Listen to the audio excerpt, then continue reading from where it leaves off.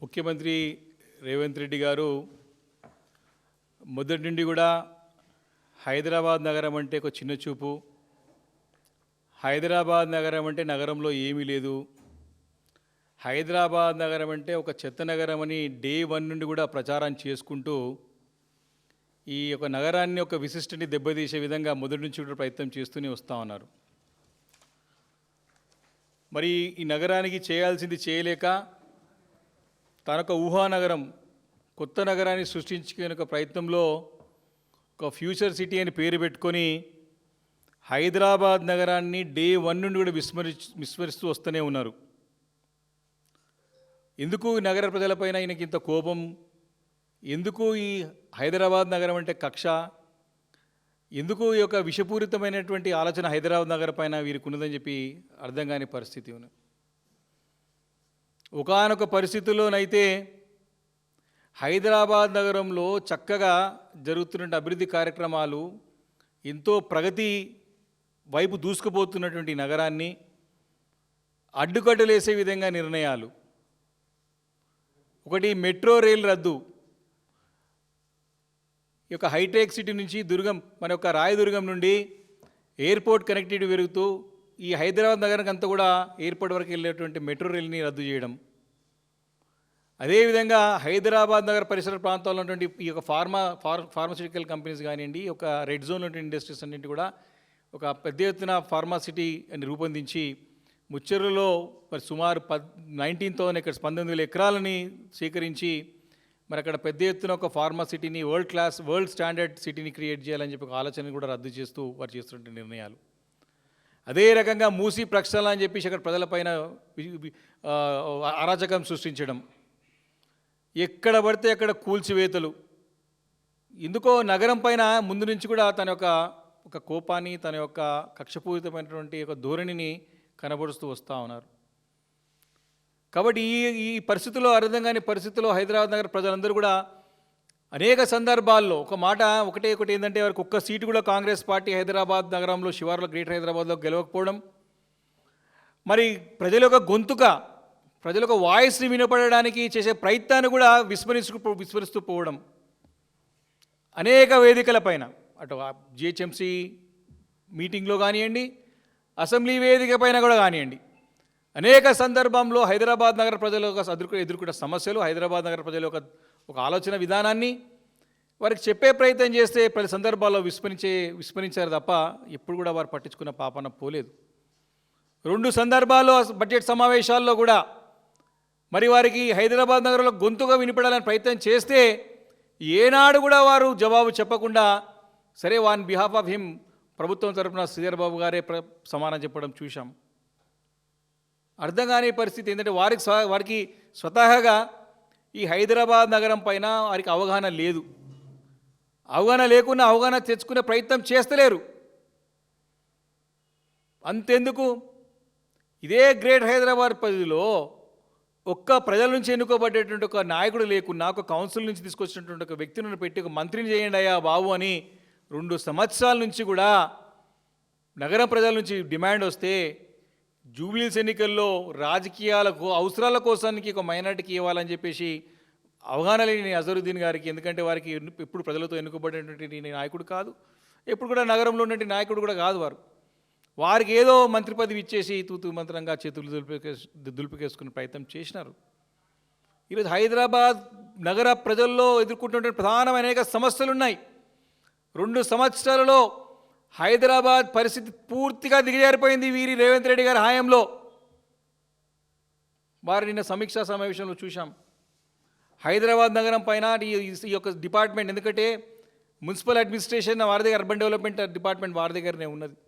వారే శాఖ మంత్రివర్యులు, వారే బాధ్యతలన్నీ వారి దగ్గరే పెట్టుకున్నారు. నేను నెలకొకసారి సమీక్షిస్తా అని చెప్పి చూస్తూ ఉంటే మాకు నవ్వాలా ఏడవాలా అర్థం కాని పరిస్థితి. హైదరాబాద్ నగరం అంటే ఒక డైనమిక్ సిటీ. దీనికి రెగ్యులర్గా పర్యవేక్షణ అవసరం ఈ నగరం పైన. హైదరాబాద్ నగరానికి ఎప్పుడు కూడా అంటే జాగ్రత్త, కంటే ఇది తెలంగాణ రాష్ట్రానికే గుండెకాయ లాంటిది హైదరాబాద్ నగరం. దీన్ని విస్మరిస్తే పనులు కావు. రేవంత్ రెడ్డి గారు, మీరు జూబ్లీహిల్స్లో మీ ప్యాలెస్లో కూర్చొని 4 సిటీ కలల కంటే ముంగేరి లాల్కి హసీన్ సప్నా అని ఒక సీరియల్ వస్తున్నాయి చిన్న ఉన్నప్పుడు కూర్చొని కలలు కంటా ఉండే ఆయన సేమ్ అదే అనిపిస్తుంది రేవంత్ రెడ్డి గారు చూస్తుంటే ప్యాలెస్లో కూర్చొని నా ఫోర్త్ సిటీ అని కలలు కంటుండు ఉన్న నగరాన్ని పట్టించుకోయాను ఆయన అంటే దీన్ని గాలికి వదిలేసి ఇప్పుడు ఒకసారి సమీక్షిస్తా అని చెప్పి తెలంగాణ రాష్ట్ర ఒక ప్రగతిని మనకి ఇది ఒక ఫైనాన్షియల్ మనకి ఇది ఒక రైలు గ్రోత్ ఇంజన్ లాంటిది హైదరాబాద్ నగరం దీన్ని పూర్తిగా అంటే దీన్ని విస్మరిస్తూ మరి తీసుకునే నిర్ణయాలు కూడా ఎంత ఘోరంగా ఉన్నాయంటే నిర్ణయాలు నిన్న మనం చూసాం గత నెల రోజులు చూస్తూ ఉన్నాం ఎంత హుటాహుటినా ఎందుకు ఈ ఆదరాబాదరా ఎందుకు ఈ హడావుడి ఇంత పెద్ద నగరంలో హైదరాబాద్ నగరంలో ఈ ప్రపంచ స్థాయిలో చూసినట్టయితే ఏ నగరం చూసినా సరే 620 స్క్వేర్ కిలోమీటర్స్ స్టాండర్డ్ సిటీ దీన్ని విస్తరింపజేసి రింగ్ రోడ్ వరకు విస్తరింపజేసి నేను 2000 స్క్వేర్ కిలోమీటర్స్ తీసుకుపోయిన ఈ కార్పొరేషన్ని ఎంత అన్యాయం అంటే ప్రజలకు ఎంత మోసం అంటే ఎక్కడనో మేడ్చల్ నియోజకవర్గంలో ఉన్నటువంటి గ్రామాలని ఎక్కడనో మహేశ్వరంలో ఉన్నటువంటి గ్రామాలని ఎక్కడనో ఇబ్రహీంపట్నంలో ఉన్న గ్రామాలని ఎక్కడనో చేవలలో ఉన్న గ్రామాలని ఈరోజు ఆ గ్రామాలన్నింటినీ కూడా విలీనం చేసి కార్పొరేషన్లు కలుపుతా అంటే ప్రజలకు తీరని అన్యాయం చేసిన వాళ్ళం అవుతాం రేవంత్ రెడ్డి అని చెప్పి సందర్భంగా నేను హెచ్చరిస్తూ ఉన్నాను. ఎందుకయ్యా మా యొక్క మేడ్చల్ నియోజకవర్గం కానీ మా యొక్క మల్కాజ్గిరి పార్లమెంట్ నియోజకవర్గ ప్రజలంటే ఎందుకు కక్ష నీకు కొడంగల్ నియోజకవర్గంలో నిన్ను ఓడగొడితే నిన్ను అక్కడ తిరస్కరిస్తే అక్కడ తరిమేస్తే ఇక్కడ మా మల్కాజ్గిరి పార్లమెంట్ మేడ్చల్ మల్కాజ్గిరి పార్లమెంట్ నియోజకవర్గ ప్రజలు నీకు రాజకీయ భిక్ష పెట్టినారు రేవంత్ రెడ్డి. ఆ భిక్ష పెట్టినందుకైనా ఈరోజు కక్ష తీసుకుంటున్నాం మా ప్రజలపైన అని చెప్పి ప్రశ్నిస్తూ ఉన్నాం. గ్రామాలు విలేజ్ నేచర్ ఉన్నట్టు ఈ యొక్క శివారు ప్రాంతాల్లో ఉన్నటువంటి నియోజకవర్గాల గ్రామాలను తీసుకొచ్చి ఈరోజు కార్పొరేషన్లో కలిపి అన్యాయం చేస్తూ ఉన్నావు, వారికి శిక్షిస్తున్నావు, ఇబ్బంది పెడుతున్నావు ప్రజల్ని ఆ నిర్ణయంతో నేను చెప్పి సందర్భంగా మనవి చేస్తూ ఉన్నాను. ఇదే ఒక అంశాన్ని గత బడ్జెట్ సమావేశంలో లేవనెత్తితే ప్రభుత్వం నుండి ఎలాంటి ఆలోచనలు ఏమి లేవని చెప్పేసి ఇదే ప్రభుత్వం సమానం చెప్పింది, రికార్డులో ఉన్నది. ఎందుకు అట్లా మీకు ఎందుకు బాహాటంగా చెప్పేది ఉండే ఎస్ మేము నిర్ణయం తీసుకోబోతున్నాం గ్రేటర్ హైదరాబాద్ని విస్తరిస్తాం అని ఎందుకు చెప్పలే ఆ రోజు? సంవత్సరం కూడా కాలే, అప్పుడేమో లేదు ఇప్పుడేమో ఉన్నది. ఎందుకు ఈ బ్యాక్ డోర్ గవర్నెన్స్? ఎందుకు మీకు ఈ నిర్ణయాలన్నీ కూడా ఆర్డినెన్స్ ద్వారానే తీసుకొచ్చినట్టు నిర్ణయాలు, ఎక్కడ కూడా చర్చించింది లేదు, ప్రజల అభిప్రాయం తీసుకుంది లేదు. పేరుకేమో ప్రజాపాలన, చేసేదేమో రాజరిక పాలన. పేరుకే ప్రజాపాలన, అంతా కూడా రాజరికము, నిరంకుశము, నియంతృత్వ పోకడలు, ఇవే అంతా కూడా ముఖ్యమంత్రి గారి స్పష్టంగా కనపడుతున్నాయి. అవి ఒకసారి చూసినట్టయితే నవంబర్ 21 తారీఖున ఈ యొక్క 27 మున్సిపాలిటీలు ఏవైతున్నాయో శివారు ప్రాంతంలో ఉన్నటువంటి 27 మున్సిపాలిటీలను తీసుకొచ్చి 21st నోటిఫికేషన్ వేస్తాడు. దీనిపైన అభిప్రాయాలు తీసుకోవాలి ప్రజల నుంచి స్టేక్ హోల్డర్ నుంచి చేసుకుంటే 4 రోజుల్లో తిరగకుండా నోటిఫికేషన్ బయటికి రానికే 2 రోజులు పడతాయి. 23 తారీఖు మా ఒక దృష్టికి రాగానే ఇదే ఒక మీడియా ద్వారా ప్రెస్ మీట్ పెడితే దానికి సమానం లేదు. 25 తారీఖున మళ్ళీ విలీనం చేస్తూ ఉత్తర్వులు జారీ. ఎవరు అడిగింది లేదు, మాట్లాడింది లేదు, చర్చింది లేదు, చెప్పింది లేదు, పోయింది లేదు, సచ్చింది లేదు, ఉన్నది లేదు. బస్ జూబ్లీస్ ప్యాలెస్లో కూర్చున్నాం, నిర్ణయం తీసుకున్నాం, అమలు చేయాలి. మళ్ళీ డిసెంబర్ 9న ఈ యొక్క పెద్ద ఎత్తున యొక్క కలిపిన 27 మున్సిపాలిటీలను కలిపి ఇక్కడ ఉన్న గ్రామాలను కూడా మున్సిపాలిటీలో విలీనం చేసి కార్పొరేషన్ కలిపి మళ్ళీ దీన్ని 300 డివిజన్లు చేస్తూ డిసెంబర్ 9వ తారీఖున నోటిఫికేషన్. అందరూ కూడా నగరం చెందినటువంటి అన్ని పార్టీలు ఇంక్లూడింగ్ కాంగ్రెస్ పార్టీ దీన్ని వ్యతిరేకించింది. అప్పటికప్పుడు భయపడి కౌన్సిల్ మీటింగ్ 16 తారీఖున పెట్టి ఆ రోజు అభిప్రాయాలు తీసుకునే ప్రయత్నం చేసి అందరు తిట్టినోళ్ళు అందరు తిట్టిపోస్తారు. నేనంతా కూడా చేసినంత తప్పు, అధికారులను నమ్ముకుని పనిచేస్తున్నావు, అధికారులకు ఏం చెప్తే చేస్తున్నారు, ప్రజల యొక్క గొంతుగా వేరే, ప్రజల బాధలు వేరే, ఎందుకు పట్టించుకోవు రేవంత్ రెడ్డి గారు అని చెప్పి ప్రశ్నించిన రోజు దానికి సమానం లేదు. మళ్ళీ దానికి 300 ఫైనల్ నోటిఫికేషన్ డిసెంబర్ 20 తారీఖున వచ్చేస్తుంది. నెల లోపటిని ఇవన్నీ కూడా మళ్ళీ కొత్తది వచ్చింది. మళ్ళీ ముచ్చట మళ్ళీ దీన్ని 3 కార్పొరేషన్లు చేస్తా అంటున్నాడు. అది తెలుస్తలేదు, పేపర్లో వస్తుంది తెలుస్తలేదు. అది కూడా అనుకునే పేపర్లో వస్తున్నాయి. అవి కూడా ఏ మంత్రికి తెలియదు, ఏ ప్రభుత్వం అధికారికి తెలియదు, ఏ కాంగ్రెస్ పార్టీ నాయకుడు తెలియదు. మేయర్ అడిగినాం, ఏమమ్మా మరి నీకని తెలియదు అంటే నాకు కూడా తెలియదు అని చెప్పేసి అఫీషియల్ రికార్డులో చెప్పింది. నాకు కూడా తెలియదు 300 డివిజన్లు కార్పొరేటర్ చేస్తున్నట్టు ఇవన్నీ కలిపినట్టు నాకు కూడా తెలియదు అని చెప్పింది. సిగ్గుచేటు. పేరుకు ప్రజాపాలన, చేసేదంతా నియంతృత్వ పాలన, నియంతృత్వ నిర్ణయాలు రేవంత్ రెడ్డి గారివి స్పష్టంగా కనపడుతుంది. నియంతృత్వ ధోరణి, వారి యొక్క నిర్ణయాలు, వారు చేసుకున్నటువంటి పనుల ద్వారా స్పష్టంగా అర్థమవుతోంది. తప్పకుండా నగర ప్రజలకు ఆగ్రహానికి గురిగా తప్పదు రేవంత్ రెడ్డి గారు కాంగ్రెస్ ప్రభుత్వం హెచ్చరిస్తూ ఉన్నాను. ఎంత అన్యాయం అంటే మరి తీసుకొచ్చిన తర్వాత ఈరోజు 3 కమిషనర్లు చేస్తామని చెప్పేసి కూడా ఎంత అంటే నిన్న సమీక్షలో వాళ్ళు ఏం చెప్పారు, నగరము పూర్తిగా చెత్తబడిపోయింది, నగరంలో అసలు ఏం లేదు 2 సంవత్సరాల నుంచి కూడా అని చెప్పి సిగ్గుచేటు ముఖ్యమంత్రి గారు తన యొక్క ప్రసంగంలో చెప్పుకుంటూ నేను నెలకు ఒకసారి సమీక్షిస్తాను చెప్పుకుంటూ చెప్పింది. ఏం కాలే నగరం అంటే అసలు గడిచిన 10 సంవత్సరాల్లో కేసీఆర్ గారి నాయకత్వంలో కేటీఆర్ గారు పురపాలక శాఖ మంత్రిగా ఉండే మా నాయకుడు ఎన్ని అవార్డులు అందుకుందండి? జాతీయంగా అంతర్జాతీయంగా సుమారు దగ్గర 55 అవార్డులు అందుకున్నది. 1 కాదు 2 కాదు, ఆ 55 అవార్డులు పెద్ద ఎత్తున జాతీయంగా అంతర్జాతీయంగా ఎన్నో అవార్డులు అందుకున్నటువంటి ఘనత మా నాయకత్వానికి మా ఒక పార్టీకి ఉన్నది, మా నాయకుల ఆధ్వర్యంలో. ఈ 30 దాదాపు జాతీయంగా అంతర్జాతీయంగా 30 అవార్డులు అందుకున్నది హైదరాబాద్ నగరం. వరల్డ్ గ్రీన్ సిటీ అవార్డు అందుకుంది. ప్రపంచ స్థాయిలో కేసీఆర్ గారి నాయకత్వంలో హైదరాబాద్ నగరం వరల్డ్ గ్రీన్ సిటీగా అవార్డు అందుకుంది 2022లో. అదేవిధంగా Swachh Survekshan awards Hyderabad GHMC number of awards అందుకున్నది.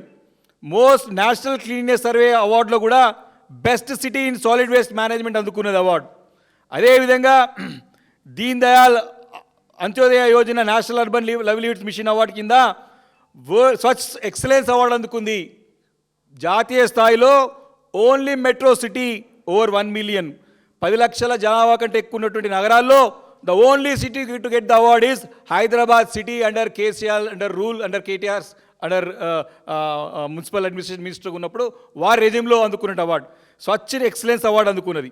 అలా గార్బేజ్ ఫ్రీ సిటీ రేటింగ్స్లో కూడా మరి 2020, 21, 22, 23ల మంచి అవార్డులు అందుకున్నది. ఇలా ఎన్నో అవార్డులు జాతీయంగా అంతర్జాతీయంగా లిస్ట్ ఉన్నది, కావాలంటే అసెంబ్లీలో చర్చ పెట్టండి. ఖచ్చితంగా అన్ని అవార్డ్స్ ఎన్ని వచ్చింది, ఎంత క్లీన్ సిటీగా మా హైదరాబాద్ నగరం ఉన్నది మా హాయంలో చెప్పడానికి రెడీగా ఉన్నాం. నువ్వేమో అసలు సోయి తప్పి హైదరాబాద్ నగరంలో చెత్త నిర్వహణలో చేయలేకపోతున్నాము, హైదరాబాద్ నగరంలో రోజుకి చెత్త పేరుకుపోతున్నది. సిగ్గుండాల మాట్లాడుతానికి. ఒక ఎన్నికల ప్రచారంలో చెత్త నగరం అని చెప్తాడు. చెత్త ముఖ్యమంత్రి కాకపోతే చెత్త నగరం కనపడుతుంది కదా. నువ్వు మంచి ముఖ్యమంత్రి, నీ మంచి ఆలోచనలు ఉంటే, మంచి చేయాలని ఆలోచన ఉంటే హైదరాబాద్ నగరం నెక్స్ట్ లెవెల్ తీసుకుపోవచ్చు. మీరు చక్కగా హైదరాబాద్ నగరాన్ని రూపుదిస్తే ఈరోజు హైదరాబాద్ అడ్డమైన తీసుకొచ్చి నీ అనుకూలమైనకేమో నోటీస్ ఇస్తావు, లేని వాళ్ళకి కూలగొడతావు. చిన్నదేదో కోట్ల కేసు నుండి ప్రొటెక్ట్ కాకపోతే తీసుకొచ్చి ఫెన్సింగ్ వేసి దీన్ని కాపాడమని చెప్పి వాళ్ళు ప్రచారం చేసుకున్నబట్టే. అరే ఇది ఎక్కడ పరిచయం? ఇంతకుముందు ఎవడు ఆఫీసర్ లేనట్టు, ఇంతకుముందు సిటీ ప్లానర్ లేనట్టు, టౌన్ ప్లానింగ్ సెక్షన్ లేనట్టు, ఈయననే హైదరాబాద్ వచ్చి పనిచేస్తున్నట్టు, ఈ యొక్క స్వతంత్రం వచ్చిన 75 సంవత్సరాలలో ఎవడు పని చేయలేనట్టు, ఏదో మా దగ్గర వచ్చి 2 ఎకరాలకి 3 ఎకరాలకి ఫెన్సింగ్ వేసి వేల కోట్ల రూపాయలు, ఏది 307 సరే నెంబర్లో మా ఒక ఇష్యూ నడుస్తుంది అక్కడ గాజు రామారంలో, దానికి ఫెన్సింగ్ వేసి 5 ఎకరాల గుడిసెలు కొని తీసి ఫెన్సింగ్ వేసి 30,000 కోట్లు 8,000 కోట్లు అని చెప్పేసి ప్రకటించారు. అరే సిగ్గుచేటు దిగజారుడు తన మీ మారే ప్రశ్నించడం ఏం మాట్లాడతారు మీరు అని చెప్పేసి. అంటే పెద్ద భూములు ముచ్చి పెడతారు, ఇక్కడ ఎవరైతే పేదల దగ్గర ఉందో ఏదో కబ్జా ఉందో కోర్టు కేసును తీసుకొచ్చి ఫెన్సింగ్ వేసి మేము జాగ్రత్త కాపాడినామని చెప్పేసి ప్రొటెక్షన్ చేస్తూ ఉన్నారు. ఇది ఈరోజు రాష్ట్రంలోని పరిపాలన. ఇంకా దిగజారి ఈ రాష్ట్రంలో ఎట్లా అనిపిస్తుందంటే, ఈ యొక్క మంచి హైదరాబాద్ నగరంలో చక్కటి లా అండ్ ఆర్డర్ నడుస్తూ ఉంటే ట్రై పోలీస్ కమిషనరేట్ తీసుకొస్తున్నారు. మళ్ళీ ఇప్పుడు ఏందో అర్థమైతే ఇక్కడ పోయి సౌత్ జోన్ తీసుకుపోయి నార్త్ కలుపుతాడు, నార్త్ తీసుకొచ్చి వెస్ట్ కలుపుతారంట, వెస్ట్ ఈస్ట్ కలుపుతారంట. పిచ్చోని చేతిలో రాయిసినట్టు అయిందా మా హైదరాబాద్ నగర ప్రజలకైతే. ఊళ్ళలో ఏం చేస్తున్నామో దేవుడి గారు కానీ హైదరాబాద్ నగరం అంతా కూడా అస్తవ్యస్తం, అయోమయం, ఆగం అంతా ఘోరంగా చేసి పడేస్తున్న హైదరాబాద్ నగర పరిస్థితి అంతా కూడా ఈ సందర్భంగా మనం చేస్తా ఉన్నాం. కాబట్టి మేము ఒకటే, ఈ బ్యాక్డోర్ గవర్నెన్స్ ఎందుకు నీకు? ఎందుకు ఈ దొడ్డిదారిన చేస్తావు? అసెంబ్లీలో ఎందుకు చర్చ పెట్టవు? ఎందుకు అభిప్రాయాలు తీసుకోవు? అన్ని పార్టీలు ఎందుకు పిలువవు? అరే మీ పార్టీ ఎమ్మెల్యేనే, మీ పార్టీ ఎంపీలను అడుగు, మీ పార్టీ కార్పొరేటర్ని అడుగా, మమ్మల్ని అడుగుకున్నా చెప్తారు నీకు. నిర్ణయం తీసుకొని రుద్దడం కాదు. హైదరాబాద్ నగర ప్రజలకి శిక్షిస్తున్నాడు ఈయన. ఘోరంగా మరి ఇబ్బందులు ఎదుర్కోబోతూ ఉన్నాం. నగర ప్రజలందరూ కూడా దీన్ని తీవ్రంగా నువ్వు తీసుకునే ప్రతి నిర్ణయాన్ని వ్యతిరేకిస్తూ ఉన్నారు. ఎందుకయ్యా ఈ హడావడి అంటే, మరి రేపు పొద్దున ఫస్ట్ నుంచి సెన్సస్ స్టార్ట్ అవుతుంది కదా, దానికి దీనికి ఏం సంబంధం ఉంటే ఇదే బాడీ కంటిన్యూ అవుతుంది. మొత్తం పూర్తయిన కానీ చేసు ఇదే వాడిని కంటిన్యూ చేయి. కాబట్టి ఇవన్నీ నిర్ణయాలు తప్పుడు నిర్ణయాలు, అనాలోచితంగా ఔహనరాత్యంగా తీసుకునే నిర్ణయాలు. వారికి అనుభవం లేదు ముఖ్యమంత్రి రేవంత్ రెడ్డి గారికి. చెప్పే నాయకుడు కూడా చెప్పేటోడు రెడీ ఉన్నాడు కానీ ఇంటానికి సిద్ధంగా లేడు. ఇది ఈరోజు ముఖ్యమంత్రి గారి ధోరణి. ఇది తప్పకుండా రేపు రాబోయే అసెంబ్లీలో ఎండగడతాం. హైదరాబాద్ నగరానికి ఈ తీసుకునే నిర్ణయం అంతా కూడా శిక్షగా, అంటే ఖచ్చితంగా భవిష్యత్తులో శిక్ష పడేలాగా ఉంది తప్ప ఇది ప్రజలకి మేలు కల్పితం కాదు. నగర ప్రగతిని పూర్తిగా 2 సంవత్సరాలలో మరి దిగజార్చినాడు. అభివృద్ధి కుండిపడిపోయింది. అభివృద్ధి లేదు, ప్రగతి లేదు, ఏం లేదు. కేవలం దీనికి ఆదాయ వనరులుగా ఎందుకు పెంచుతురా అంటే ముఖ్యమంత్రి స్టేట్మెంట్ కనపడేది. ఆదాయం పెరుగుతాం కంటే ఆదాయం అనుకొని దండుకుంటాం. మళ్ళీ ఇది ఒక పెద్ద ఆదాయం పెరగగానే దీన్ని మళ్ళీ లోన్లు పెట్టాలి, పైసలు తీసుకోవాలి, ఢిల్లీకి ముఠ వేయాలి. ఇప్పటికి 60-70 సార్లు పోయింది ఢిల్లీకి. వీడు తీసుకో పెట్టిందే ఎక్కువ ఉంది, అడిగలు వచ్చింది ₹1 లేదు, చెప్పింది లేదు ఇప్పటివరకు కూడా. ఢిల్లీకి 60 సార్లు పోయి పోతా ఉండి వస్తా ఉండు. ఎవరిని కలుస్తున్న అర్థమైతే లేదు, వీడు పైసలు తీసుకొని పెడుతున్న అర్థమైతే లేదు, అడిగి తెస్తున్న అర్థమైతే లేదు. నాకు ఏమొద్దు, ఎకానమీ ఫ్లైట్లో పోతా, నేను బిజినెస్ క్లాస్లో పోనని చెప్పి స్పెషల్ ఫ్లైట్లు వేసుకొని తిరుగుతా ఉండి మెల్ల మంచిగా. ఒక్క మాట వెళ్ళడం లేదు. అన్నీ కూడా నువ్వు అధికారంలోకి వచ్చిందే అబద్ధాల బునాదుల పైన, దొడ్డిదారిన నువ్వు అన్నీ కూడా దొంగ హామీలు ఇచ్చి వచ్చినావు. వచ్చినాకైనా మంచిగా ఉండాలి కదా. నాకు ట్రాఫిక్ పోలీసులు ఆపనే అవ్వదు, హైదరాబాద్ దగ్గర పోతా అని చెప్పినావు. జూబ్లీస్ ఉంటే మొత్తం సిటీని చూసుకుంటే బంజారాల్స్కి వెళ్ళి ఖైరతాబాద్ వరకు ట్రాఫిక్ జామ్ అయిన దిక్కెళ్ళి ఎందుకు చెప్పాలి, ఎందుకు అభాస్కాలు కావాలి. కాబట్టి ఇది ముఖ్యమంత్రి గారి తీరు. చెప్పేది ఒకటి ఉంటుంది, చేసేది ఒకటి ఉంటుంది. హైదరాబాద్ విషయానికి వచ్చేసరికి మాత్రం చాలా అంటే చాలా తీవ్ర ఘోరమైనటువంటి పరిస్థితులు భవిష్యత్తులో రాబోతున్నాయి వీరి యొక్క తప్పుడు నిర్ణయాల వల్ల. దీన్ని తప్పకుండా బాధ్యత గల ప్రతిపక్ష పార్టీగా అసెంబ్లీలో నిలదీస్తాం. ఈ నిర్ణయాలను కూడా వెనక్కి తీసుకునే వారు కూడా బీఆర్ఎస్ పార్టీ పోరాటం చేస్తుందని చెప్పేసి కూడా ఈ సందర్భంగా ప్రభుత్వాన్ని హెచ్చరిస్తూ ఉన్నాం.